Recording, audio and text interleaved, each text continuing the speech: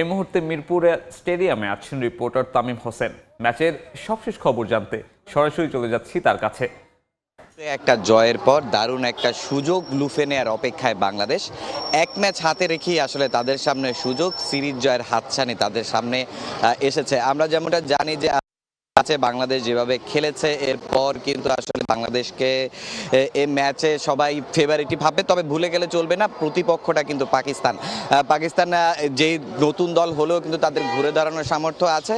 তবে এটুকু বলা যায় যে এই ম্যাচে বাংলাদেশ তাদের একাদশে কোনো পরিবর্তন হয়তো বা আনবে না, কিন্তু অন্যদিকে পাকিস্তানের কথা যদি বলি, পাকিস্তান আসলে এই ম্যাচে বেশ কয়েকটি পরিবর্তন আনতে পারে। বিশেষ করে আমরা প্রথম ম্যাচে হারিস রউফকে আসলে একাদশে দেখিনি, হারিস রউফ কিন্তু এই ম্যাচের একাদশে থাকতে পারেন এবং ফেরার সম্ভাবনাটা অনেক বেশি। এছাড়া যদি আমরা বলি তার ফেরার কারণটা হচ্ছে আমরা দেখেছি যে প্রথম ম্যাচে পেস বলাররা যে ধরনের দাপট দেখিয়েছে, সচরাচর মিরপুরের উইকেটে এই দাপট কিন্তু দেখা যায় না।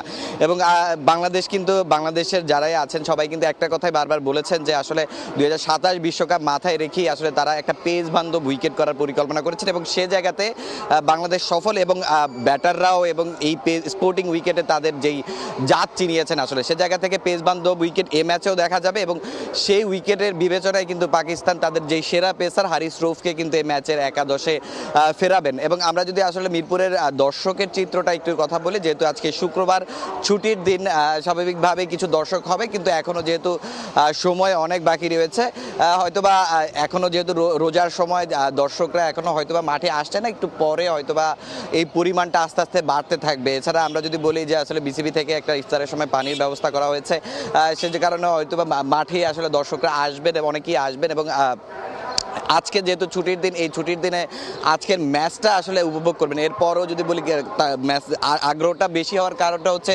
প্রথম ম্যাচে বাংলাদেশ যেভাবে খেলেছে এই ম্যাচও আসলে বাংলাদেশের কাছে তাদের সেই প্রত্যাশার জায়গাটা থাকবে যে আসলে বাংলাদেশ এক ম্যাচ হাতে রেখে আসলে সিরিজ জয় নিশ্চিত করবে। আর সিরিজটা বাংলাদেশের কাছে খুবই গুরুত্বপূর্ণ, কারণ বাংলাদেশ যদি খুব সুন্দরভাবে জিতে যায় এবং জিতে যায় তাহলে সরাসরি বিশ্বকাপ খেলার সম্ভাবনাটা কিন্তু অনেক বেড়ে যাবে।